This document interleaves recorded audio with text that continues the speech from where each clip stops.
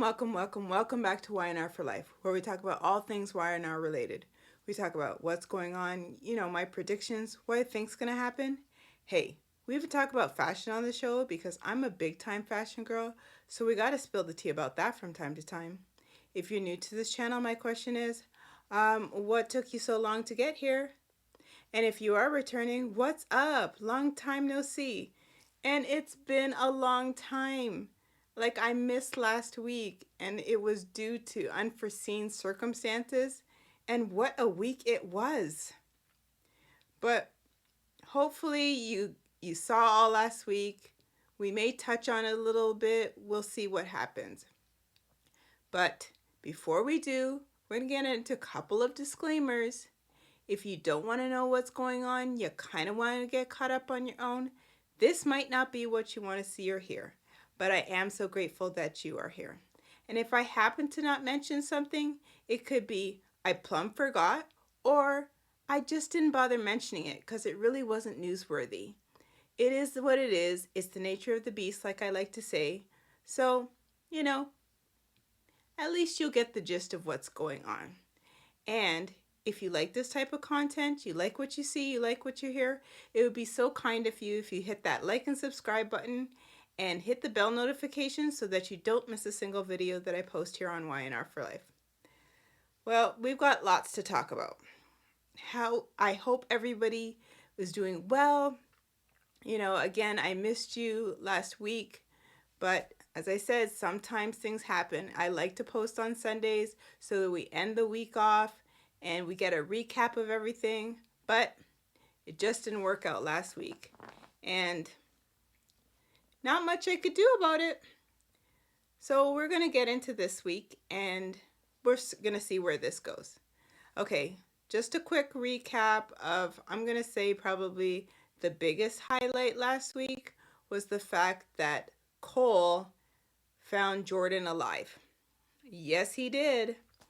And she was like a bumbling fool, and I guess that's understandable. She was locked away in Victor's jail cell that he had behind a trap door in the wall.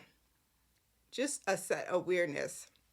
Cole was questioning Victor as to, something doesn't seem right. Victor was very defensive as to, what are you questioning me for? And Cole was like, look, I just feel like you're leaving out some sort of information and I'm just trying to figure out what that is. And Victor basically told him straight off, like, you are a guest in this home and you are now becoming a very unwelcome guest. And eventually Victor was like, get lost. Anyway, Cole had basically set up a meeting with Michael and was saying that, at this point, Cole had seen Jordan and was kind of almost traumatized by this. And Jordan was like, am I seeing things? Cole, is it you? Da-da-da. And she was like, you got to get me out of here. Her little failed attempts at getting out with, like a little piece of coil wire that was from her little mattress. That one piece of coil? Okay, come on, writers, do better. Anyway, again, Cole saw her, had made a meeting with Michael, and basically said, I think I'm going to need you as my lawyer. I'm probably going to need to hire you. And eventually Michael was like, okay, give me $1. And so Cole told Michael, Jordan is alive. I've seen her. Victor has her down in his little dungeon. Michael's like, oh my Lanta. So Cole basically takes Michael there to see that Jordan is still alive. Little did they know, because Cole, not too bright, he left the trap door open a little bit, so Victor knew somebody had already been down there. This was after taking a bunch of Brussels sprouts, and pitching them at Jordan, eating it in front of Jordan, putting it on the itty bitty table by Jordan. Jordan's losing her noodle over the stench and the look and the whole 9 yards. And she was like, oh, get these out of here. You're so cruel, you knew. Okay. Yeah. So Victor had planted some sort of like trip device, like a tripwire type device. So as soon as they crossed over this, he got a notification that somebody was down in the dungeon, if you will. And yeah, so Victor basically confronted the two of them and was like, you betrayed me. And that's pretty much the largest highlight of the week. Jordan was found and by Cole and Michael, and now what are we going to do with her? So they basically concocted some story to say that she was washed ashore, and that's pretty much where it kind of ended. Okay, so let's get into this week. We're going to leave the whole Jordan thing for a minute. Okay. We're actually going to talk about Summer, which, by the way, where on God's green earth is Chance? Do Gooder Chance. Has anybody seen him? I haven't seen him in a minute. And we saw Sharon just pop up for a hot second throughout the week, but whatever. Even my husband was like, where's Sharon? I'm like, oh, she popped in for a hot second and she vacated, and that was the end of that. Okay, so we're going to talk about Summer, Kyle, Claire, little Harrison, all that jazz. Summer is kind of, soothing her furrowed brow, wiping the sweat off her furrowed brow over Claire. And basically, she has questioned Claire as to almost like an interview, like, what would you do if there was an emergency? Do you have any formal training? Do you have any degrees or certificates? I'm like, okay. Okay, Summer, this is taking it to a whole other level. Again, do I fully trust Claire? No. Now, it all seems nice and picture perfect now, but I just feel down the pipeline, we're going to see maybe just a trifle different Claire, where, I don't know. And I was talking to my daughter about this. Now, my daughter, she might make a guest star appearance on the show here, to be honest with you. She watches Young and the Restless, and she knows all the characters like I do. And I was talking to her, and I said, "Woo, what do you think if Claire and Kyle ended up getting married?" And that's when Summer would blow a gasket, because then Claire would now be Harrison's stepmommy. Dum, dum, dum. Quite the conundrum. We went from Victoria being his stepmother to Summer being his stepmother. And I could see how it could easily be Claire. But then I think in my head, she might act like she's the be-all and end-all.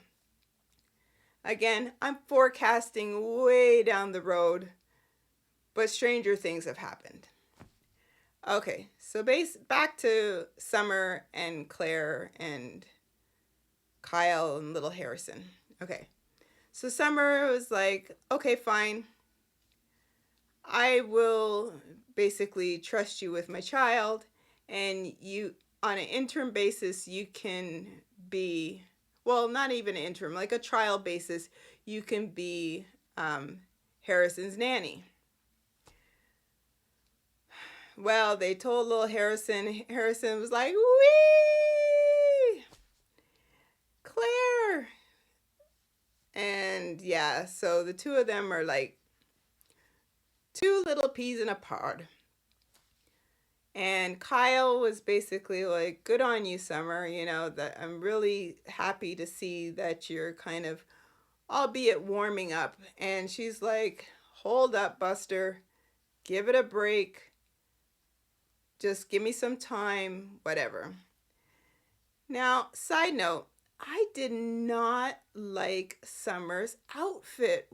Oh, it was all types of wrong. Now, here's where they could have done something different. Because she actually looked very uncomfortable in that. Like not even her character, like Allison herself just looked very uncomfortable in it. Okay? If they didn't have that peplum type bottom to it and it was straight, form fitting, maybe a little bit, a shorter hemline, then maybe. And even the little jacket, the bolero that she had on,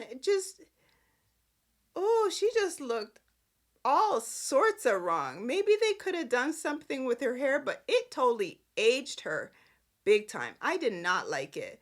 The color was okay, but assuming that was leather, what she was wearing, no, take her out of that.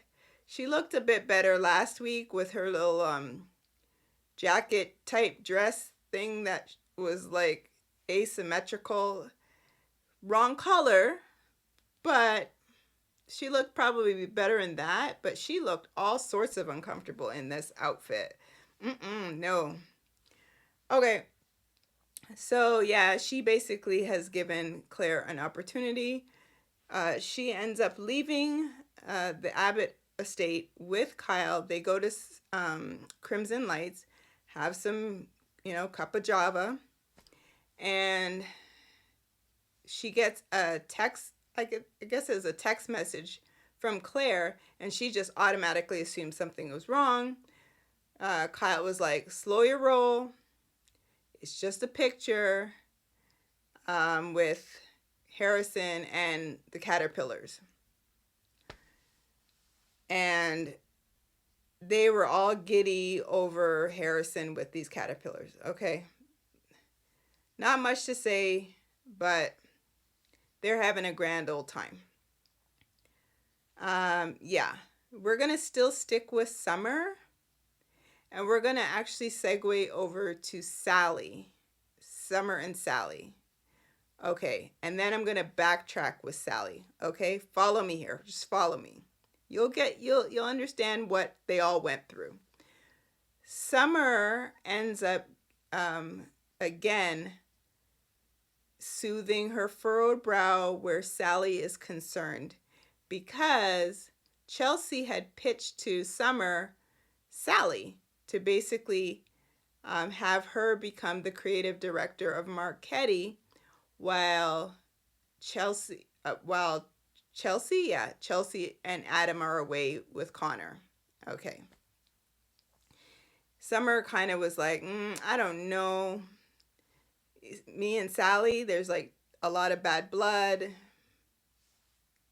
It is what it is. Well, she's like, something in my throat there. She was like, oh, I know, but nobody does it better than Sally. She knows how to run things. She's a designer at heart. Summer was like, but I thought she was into interior design now. She's like, no, she's trying to go back to her first love, and this is her thing. It's in her DNA. Okay, so eventually, segue to Summer and Sally. She basically says to Sally, look, there's too much going on in my life. I really don't have time to hold grudges at this point. It is what it is. So if you want the position in an interim basis, it's there for you, whatever. Sally's like internally, oh my God, thank you. I'm finally going to get something. And yeah, so the two of them ride off into some sunset and they're going to have a conversation. Okay. Now, backtrack to with Sally and Adam. Adam, as you know, you may or may not know, he and Chelsea, as I said, were going to go and visit Connor at, in the out east. And yeah, so Adam and Sally have their little romp in the sack before he has to leave. And through that, after that's all done, he basically tells her he wants her to move in with him. At first, she was very apprehensive, but then after seeing Adam having a good talk with the good Lord above, and he doesn't deserve this, he doesn't deserve that. He knows, but if God could do him a favor, all that jazz. So Sally is at the top of the stairs listening and sees this, and I guess that warms her heart. So by the next morning, she wakes up and she basically tells Adam, okay, I'll move in with you. And Adam, of course, is happy. He's like, you can redecorate while I'm gone. Here's the keys. It's got like some little fashion thing on it. It's there for you. Do whatever you want. You want to put wallpaper up? You want to change the paint? Like, I've got a designer in my household, so it's got to be on point. And she's like, no, this has been a long time coming where, I finally feel like it is home. And I haven't been able to say that in a long time. No kidding. You've been living out of the club. Just saying. All right. Okay, so they are now officially going to be moving in together. And she's like, the time is right. It's great. I'm not going anywhere. You know what?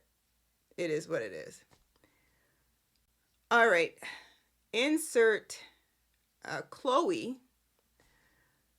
Chloe is reeling over the fact that Sally ends up telling her that Chelsea has pitched her name to Summer.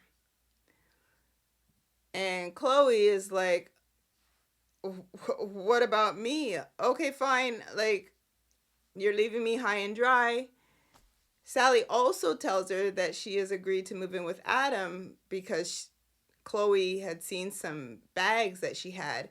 And she's like, what is this? What is this? And she's like, yeah, I'm going to be moving in with Adam. They might as well have picked Chloe up off the floor because the poor dear, she was losing her mind to the point where she was blithering on and was like, you know what? Oh, okay, fine. Like, good luck with Adam. All the best. You know what? Good luck with Marchetti. Take care. Peace out. Whatever. Well, it didn't take them but maybe an episode, if that, before they were besties again.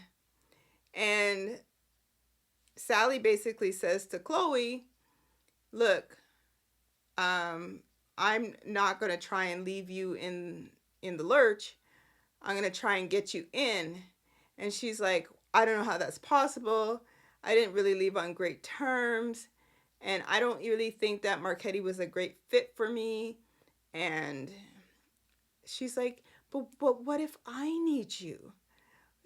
Forget Marchetti and Summer. What if I need you? I don't know how Chloe is everybody's best friend, but okay, whatever. So, of course, Chloe's like, wee. So, Sally sends a text message off to Summer saying, we need to talk. And that's pretty much where that ends. Billy came back for a hot minute to see Chelsea off. I tend to mix up Chelsea and Chloe. I have to think about it. Who am I talking about? So he came back from his little world tour, if you will, and he has now come to see Chelsea off. Okay, after he has his little conversation with Chelsea, insert Adam. They're getting along. That would be Adam and Billy. Um, Billy gets, I believe was it a phone call? Phone call, text message? I think it was a phone call from Jill. He goes back to Chancellor Winters, and they have albeit like a Zoom call, where Jill basically breaks it down to him that she's not well, she hasn't been feeling well. She's with Snapper. Snapper is annoying the stuffings out of her, but he's taking care of her. She wasn't feeling well for a while, so she went to the doctor. And whatever is going on with her, if she's not careful, it could get drastically worse, and she could basically die. I think it's got something to do with heart disease, but because I know it was mentioned, but I don't know if that's truly what it is. But cardiovascular disease ain't no joke. Like, that's for real. But and shout out to all who may be suffering with that. But if that's what it is no joke whatsoever. So she got to take it easy. And she basically was like, Billy, don't think that I'm out. I'm just taking a breather just to get myself back together and fix this, and then I'll be back. And I'm entrusting you to basically shine at the company. And Billy's like, you ain't seen nothing yet. Baby, you ain't seen nothing yet. That's basically what it is. There's my little song for you. All right.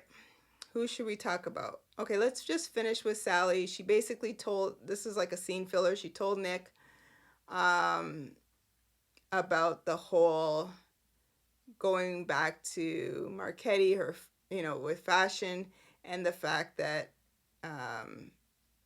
it's a sinking ship where it comes to his money. And he was like, it's okay, it is what it is. And she's like, look, I want to pay you back. And I don't blame her. Maybe that's because her and I are Leos. I don't know. And we share the same birth date again. Just a reminder. In real life, we do share the same birthdays. Yeah. She wants to pay him back. And he's like, not necessary. All right. She's like, you're a great friend. Friend? Okay. Whatever you say, Sally. And so that's where that ends. Okay. So now let's talk about Jack and Diane. With a side plate of Nikki. Nikki had asked Jack to be her sponsor again, now that she's back. Which, by the way, I did not like that lip color on Nikki. It made her look so morose. Like, they could have, made it pop. Yeah, it just blended in too much. It just, made her look morose. And it worse off that she was acting real sad. Wasn't a good look. All right. So she asked Jack to be her sponsor. Jack willingly was like, absolutely. Meanwhile, Diane is listening in on this, and she sees this and was like aghast, like, what? She didn't say anything, but she moseyed on out. And yeah, that didn't go over well because they had, after Nikki left, oh boy, did she not read Jack the riot act, boy. And I can't blame her.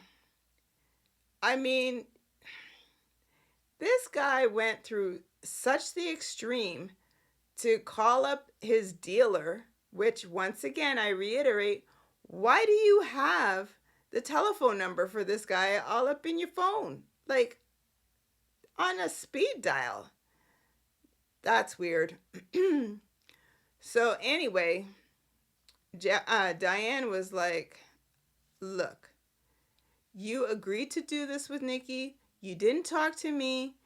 How do I know you're not going to go and try and, pop some pills again?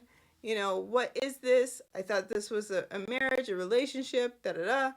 And he's like, but Nikki needs my help. She's my longtime friend. She's like, look, I don't care. I mean, I'm glad that she's better and I wish her well, but you're my husband. And I should matter to you. Like, I shouldn't have to worry about, is Kyle going to lose his father? Is Harrison losing his grandfather? Am I losing my husband? You mean the world to me. I finally have you as my husband. And this is the kind of poppycock you're going to pull? Not having it. And I don't think I could deal with this. Well, Jack's, face is like, what? So she's like, I need some space. So she goes and she leaves. Jack's like, Diane! And he runs after her. They meet up at, I believe it was Chancellor Park. And he's like, Diane, Diane, Diane. And she's like, what is it? And he's like, you can't put me in this position. Once again, Nikki's my friend. She's like, you don't get it, do you? You don't get it. I don't care. You didn't think to talk to me, your wife. What's up with that? And furthermore, I got you, but I can't deal with this. And furthermore, you're not going to tell me how I should be handling this. He's like, I can't believe that you would basically leave our marriage for, because of this. She's like, look, I'll do what I have to do. Like, it is what it is. I don't want to lose you, but I'm not putting up with this nonsense whatsoever. So eventually he was like, okay, I'm going to fix this. And he's like, no, I love you too much. Like, I can't believe you would go through these extremes to, basically put our marriage on the line because of, one, thing that I did, which again, I don't feel like I have a need for pills. I don't feel like I need to call anybody. Like, I don't feel that way. She's like, well, how do I know? And again, I can't blame you, Diane. Good on you. Bravo. Like, let him know that you are not putting up with this nonsense whatsoever. In my head, she has been more than tolerant of this nonsense. That's your husband. Now, what would you do? If you were Diane, would you just let your husband just willy-nilly go and do something like that? I know I wouldn't. And I'd probably act maybe a trifle worse than she did. But that's just me. There's no way. Absolutely no way. Okay, so they hugged it out, and that was pretty much where that ended. At some point in time, again, this is kind of like scene filler. Kyle had a conversation with Summer when they were at Crimson Lights over the whole Diane and like animosity and whatnot. And Summer was like, look, as long as you're not trying to undermine your mom, like everything should be like cool. You're not trying to undermine her, are you? And he's like, well, Kyle, what have you done? Well, Kyle basically was like, look, I've got more business acumen than she does. And like, it is what it is. And yeah, he goes home and questions Diane. And yeah, that was on and popping. She just rode Kyle the riot act right in front of Claire, because Claire was there, to the point where Claire looked very uncomfortable. And she was like, okay, I'll go upstairs. And so she was out of there because she didn't want fisticuffs to be going off. And c'est la vie. She's like, you're always trying to undermine me. You see? You're always trying to.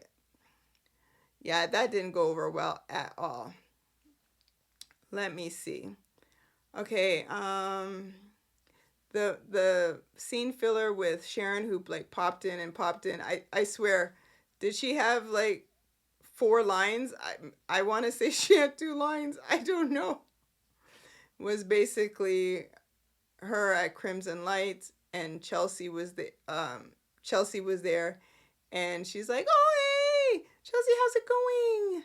And Chelsea was like, not not so great, and you know, I think she had a line after that, and that was about it. So never saw her after that. Alrighty, let's just see. Another scene filler was the fact that Victor was eating chocolate chip cookies. I ain't never seen Victor eating cookies, but maybe Christmas time? I don't know. And basically, he questioned Kyle as to how are things over at Jabot. And he's like, well, he's like, you're working under both of your parents. Well, he's like, why don't you, you deserve more than that. Here comes the little takeover again. Maybe Kyle will end up at Newman, probably have some, even a higher rank position, and that'll stick it to Jack once again. Who knows? To be honest with you, who really cares? I don't. All right, so I think, let me just, go through the pages of my mind. I think the last set of people we're going to talk about, because again, it's been a whirlwind of a week. A lot has happened.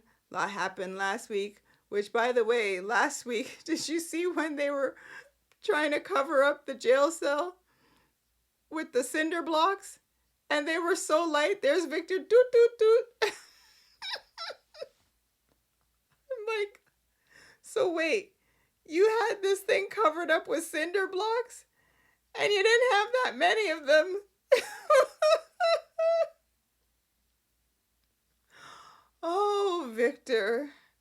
And why would you need to cover it up if allegedly you're the only one that really knows about this little trapdoor? Oh, I was like in stitches. Okay. All right. Let's see. I feel like I'm missing one more thing where last week was concerned. Oh, it's actually not last week. It's this week. Michael got fired from Victor because Victor was like, Michael Baldwin, you betrayed me. And yeah. So Michael's like, it ain't the first time he's fired me. It probably won't be the last time he fires me.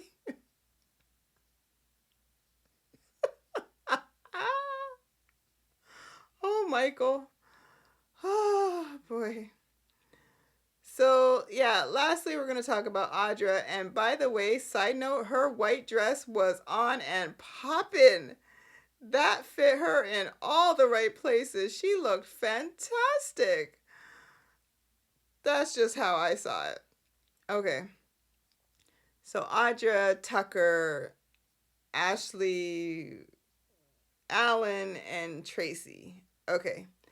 So, Ashley, Alan, and Tracy went to Paris trying to basically relive or retrace what had occurred in between the time that Ashley came back home versus when she was in Paris with Tucker. So something happened in the middle there which basically brought out these alter egos. Don't ask me how they came up with that, but it saddens me to say that they are doing probably the whole twin thing again. I want to believe that it's not that. But oh, what a mess. Just a mess. Okay. All right. So we're going to get through this as quickly as possible because I'm like, this is a set of nonsense if I've ever seen it.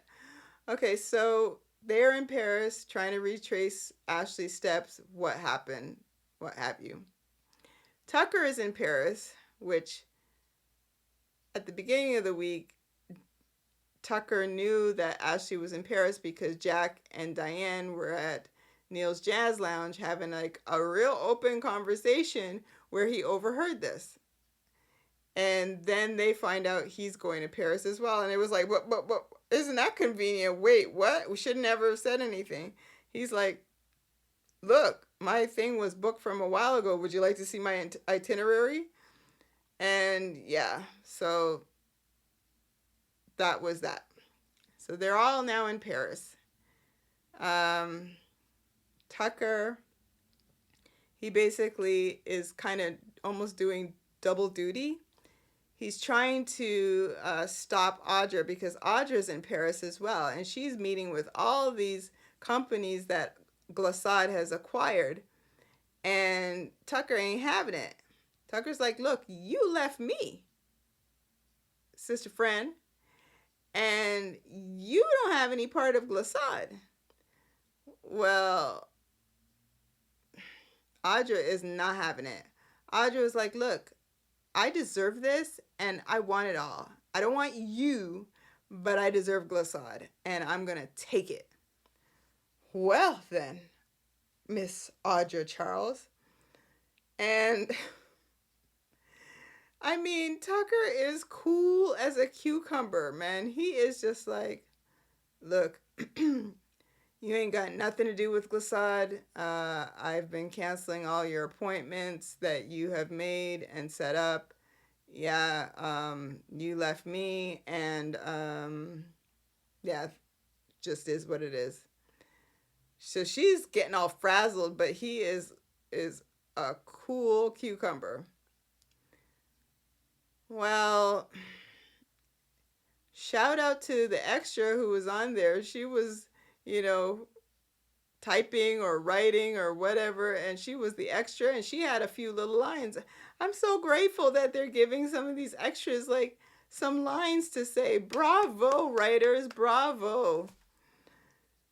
All right.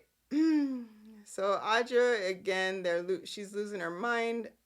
Like, Tucker, you're having me followed. You better, take down your little henchman, whoever. He's like, look, I don't have anybody following you. It's like people are just telling me stuff and like, whatever. I love you, but the mere fact that you didn't want me to have anything to do with my son or trying to help Ashley. And she's like, well, then, it ain't no different than when you told Ashley that she should leave her family. Like, this is basically the pot calling the kettle black type thing. And I'm like, she kind of got you there. But, Audra, cut your losses, man. Just move on.